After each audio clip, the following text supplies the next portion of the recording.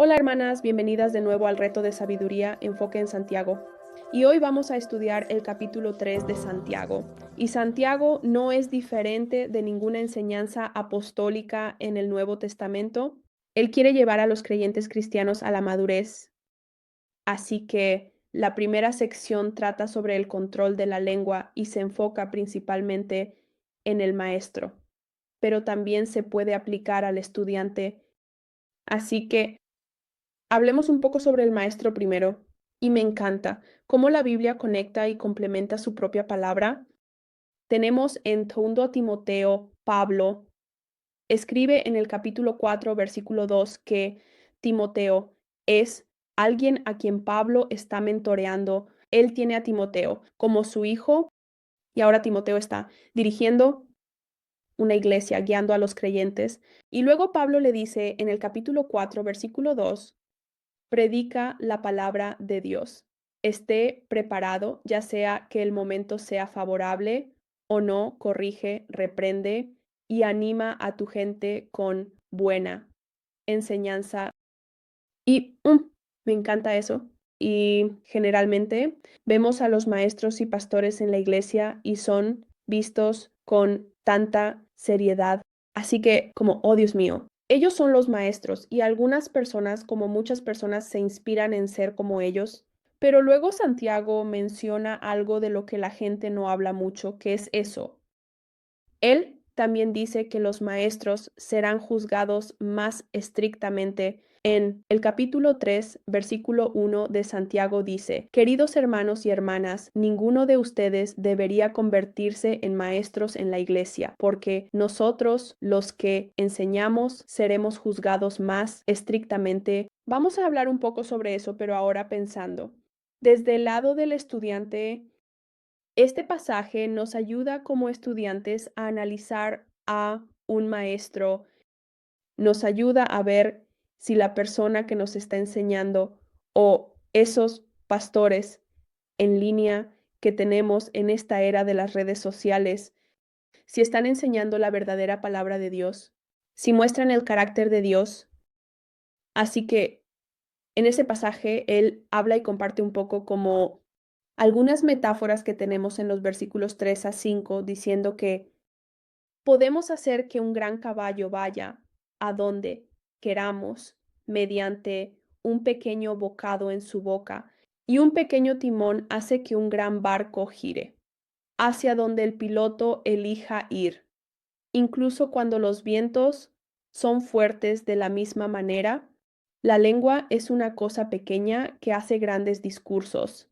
Así que, como una pequeña parte de nuestro cuerpo, algo tan pequeño, puede hacer cosas horribles. Y sabemos que las palabras tienen poder. Y ustedes pueden pensar en su pasado o en situaciones así.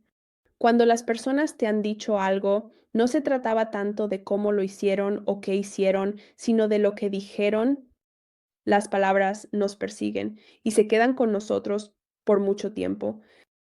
Y creo que eso es como porque es muy importante que prestemos atención a nuestras propias palabras. En Santiago, que regresa al capítulo 1 de Santiago, versículo 19, dice, entiendan esto, mis queridos hermanos y hermanas, todos deben ser rápidos para escuchar, es bajo hablar y es bajo enojarse. Y él, así que es muy interesante. Una cosa pequeña, pero que puede hacer que suceda algo realmente malo. Y él termina en esa sección con otra metáfora, winner.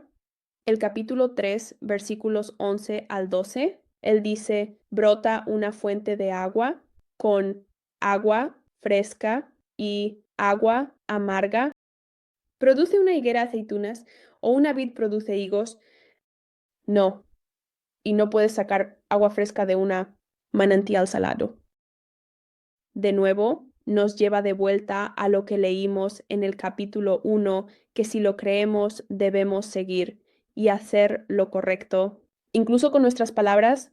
Siento que especialmente con nuestras palabras, usemos que nuestras palabras para animar, amarnos unos a otros y sí, para disciplinar a aquellos que amamos, Sin embargo, con amor, y también podemos usar esta misma sabiduría para analizar a los maestros, como hablemos un poco ahora sobre el maestro y que estamos siguiendo y luego estamos permitiendo que esos maestros, esos oradores, hablen sobre nuestras vidas, pero necesitamos estar conscientes y simplemente prestar atención porque, como dijo Santiago, serán juzgados con más rigor y un descargo de responsabilidad. Eso no es un permiso para que vayamos a juzgar a esos líderes porque no somos los jueces, sino para orar por ellos, entendiendo que si serán juzgados con más rigor, estarán en una posición para ser tentados de una manera en que nosotros no seremos tentados. Así que ellos necesitaban aún más oraciones. Así que usemos esto para recordarnos que debemos orar por ellos y también usándolo para asegurarnos de que estamos siendo alimentados por líderes espirituales que están siguiendo literalmente la verdadera palabra de Dios. Y me encanta cómo este pasaje es similar a lo que Jesús enseñó en Mateo 7. Voy a leer el pasaje para ustedes que dice en el versículo 15 al versículo 20. Pero luego este pasaje se centra en el estudiante para estar conscientes de los maestros. Él dijo, estén atentos a los falsos profetas que vienen en esta búsqueda como ovejas, inofensivas, pero que en realidad son lobos feroces. ¿Puedes identificarlos por su fruto? Eso es por la manera en que actúan. Puedes recoger uvas de los espinos o higos de los cardos. Un buen árbol produce buen fruto y un mal árbol produce mal fruto. Un buen árbol no puede producir mal fruto y un mal árbol no puede producir buen fruto. Así que todo árbol que no produce buen fruto es cortado y echado al fuego. Sí, así como puedes identificar un árbol por su fruto. También puedes identificar a las personas por sus acciones. ¿Ves cuán similar es esto? Con la sección de Santiago que acabamos de leer, es muy similar.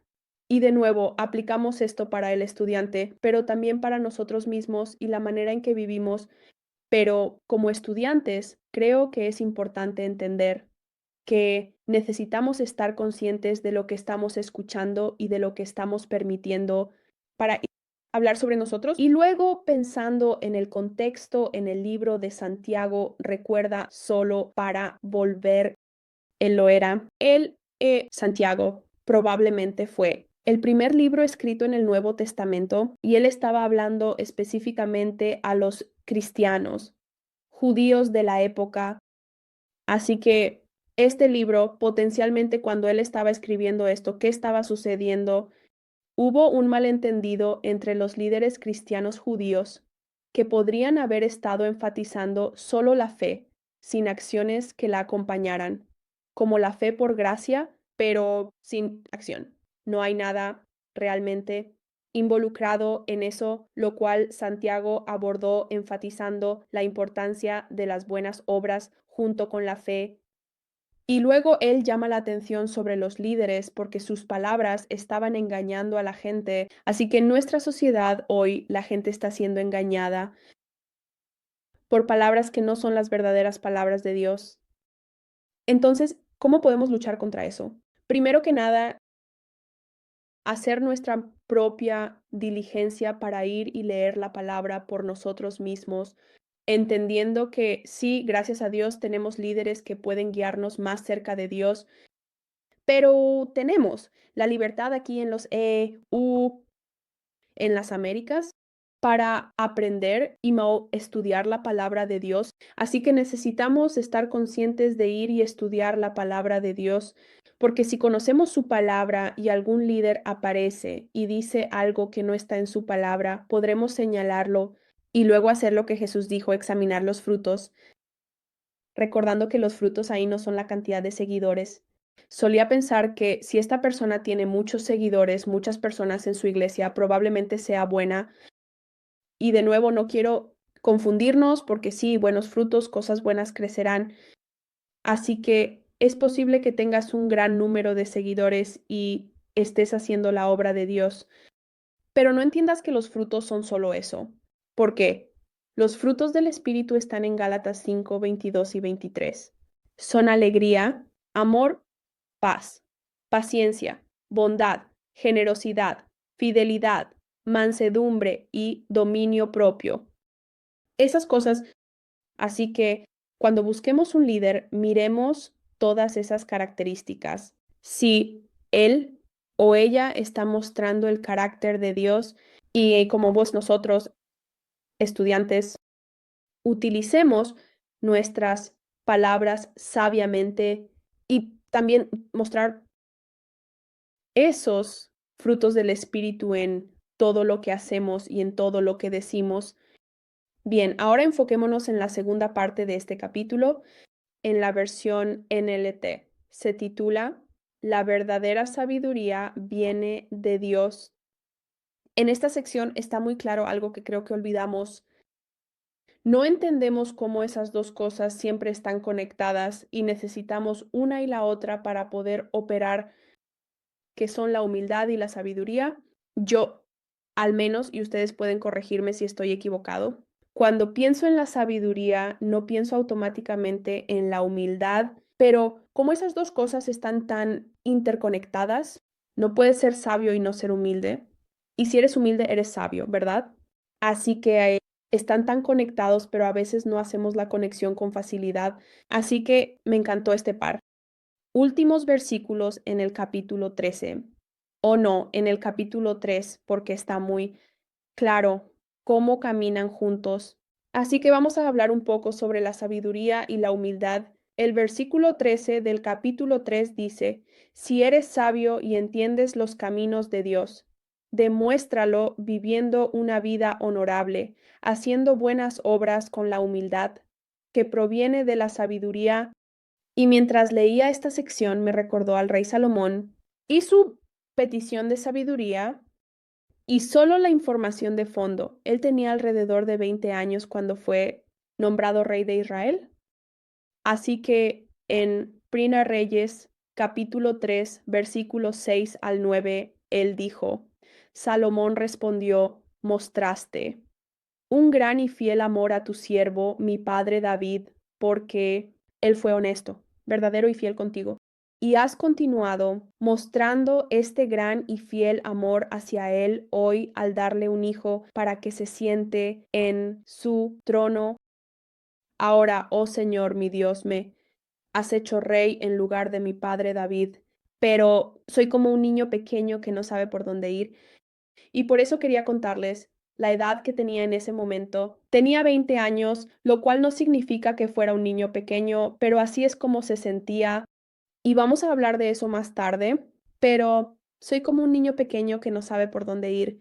Y aquí estoy en medio de tu propio pueblo elegido, una nación tan grande y numerosa que no se puede contar.